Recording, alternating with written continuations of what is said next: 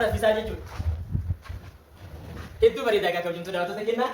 Kanaaf isinirraa eegamu heeluu jechuudha. Argaan kun meetira 50dha yookiin nafareen isa jedhamu san jechuudha.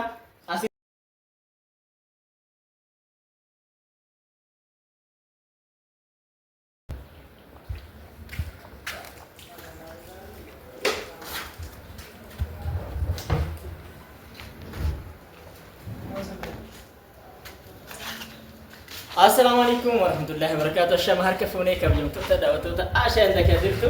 Egaa kabajamtoota daawwattoota keenya akkanatti haala kana meeshaa bareedaa kana qabannee isin dhufnee jira jechuudha. Haadhalee egaa warroonni chaanaalii keenya kana karaa taatan subscribe gochuun gara chaanaalii Ashaan Dakar jirtu koottaa warroonni immoo maamila keenya taatan immoo warri hanga ammaa yeroo dheeraa waggoota dheeraan wajjin turtan warri keessan dhuftaniitiin hin deebisi immoo hedduun isinitti bahuu barbaadaa laakiin immoo waggaa dheeraa irratti fudhate silkiin keessan saayimii naa ta'uu dide jettan immoo Ashaan Dakar jirtu jira.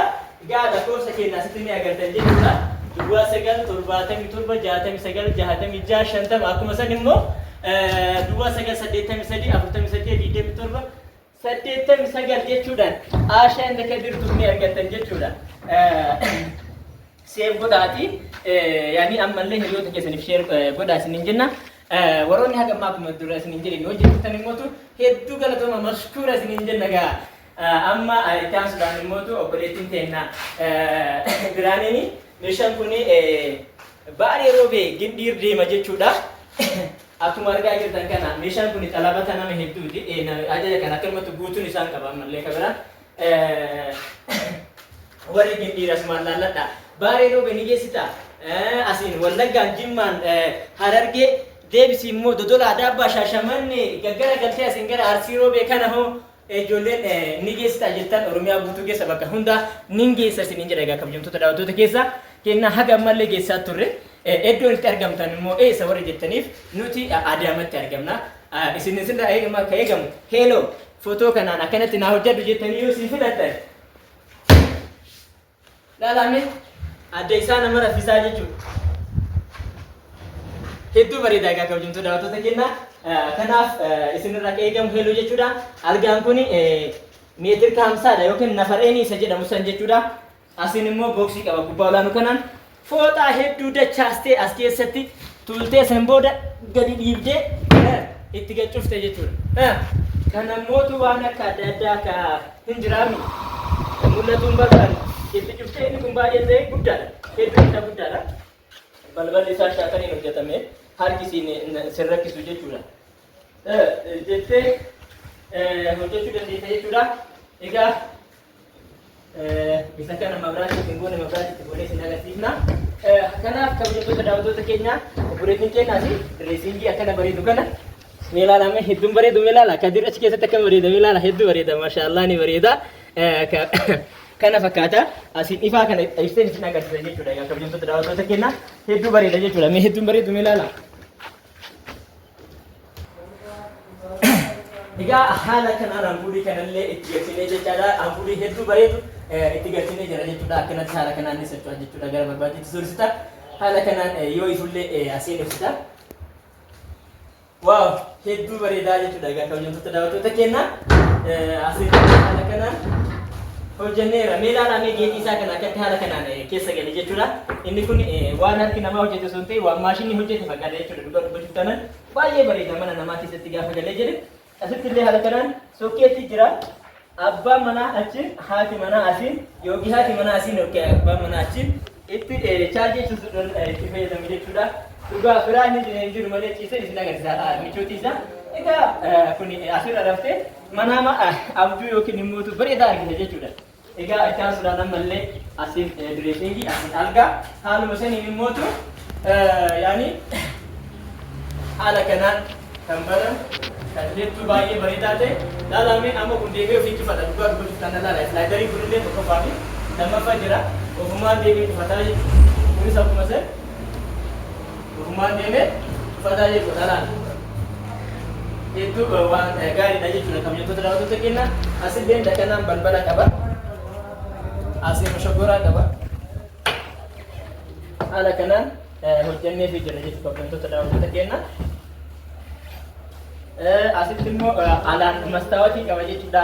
akkuma achiin direesingin qabu san yoo uffata asii fudhataa jirtu uffata guutuu asitti uffattee daawwattee deemtee direesingii biratti immootu laallataa jechuudha. Asitti uffattee baatee asitti immoo waan tokko tokko keessaa masaabaa kana keessaa harkistee itti fayyadamaa asiin kana keessaa akka jiru baastee itti fayyadamaa asitti keegootee gara hojii keetti deemta. Itti aansuudhaan immoo meeshaalee adda addaa mootu waan akka biffee keessa galu jookii warqaammaa namna bitaa yookaan nuun jettan san kan nuti binnee isinii dhiyeessinu.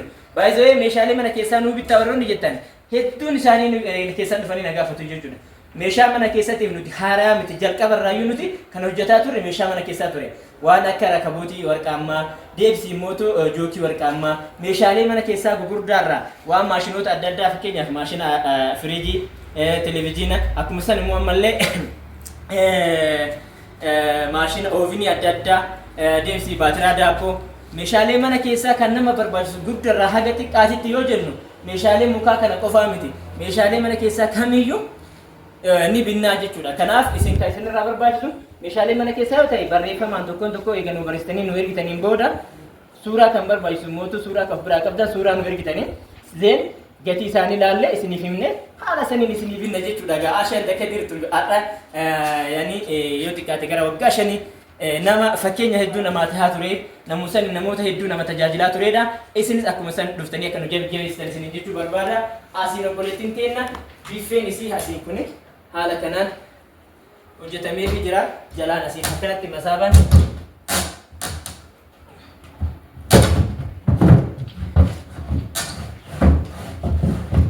haala kanaan hojjetamee jira jechuudha.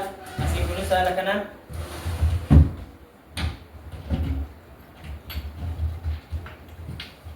asii cufaa na qaba. Cufaa isaa bantee gajitaa jechuudha. Itti aansuudhaan egaa kabajamtoota daawwattoota kennaa asiillee akkanumatti kunillee asiin masaabaa qaba. Egaa meeshaan kun guutumaan guutuu teessa deema isiniin jenneerra gidhiir deema isiniin jenneerra haga gidhiir isinillee hojii malaala kana bichaa miti meeshaa birallee hafeera.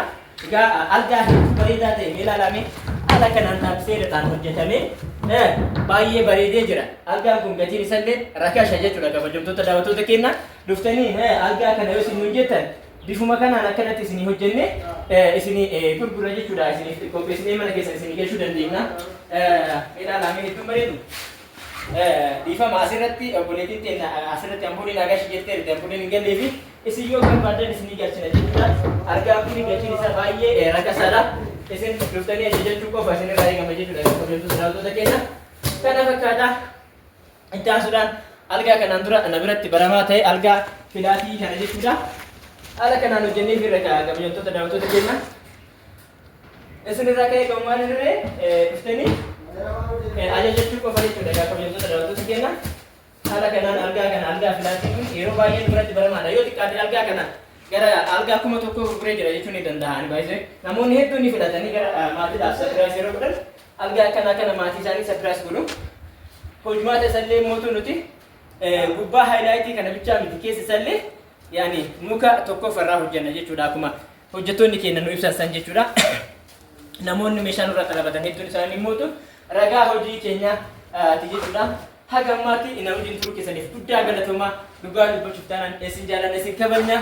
Ammallee isin dhuftanii gara WhatsApp, Telegramii fi Imo chaanaalii kamiinuu akka meeshaa jechuudha xalabachuu barbaadan isin hubachiisa. Kanarraan kan hafe maal ta'u? Melaalame achi aadaan daga jirtu kan laala hedduu namni jaalatu namaafillee fakkeenya ta'u nama ilaalcha gaarii namaa qabudha. Dhugaa dubbachuuf taanaan isinirraa kan eegamu hello jechuu qofa ammaan xumuree jira. Assalaamu alaikum warahmatullahi ta'ala wabarakatuh.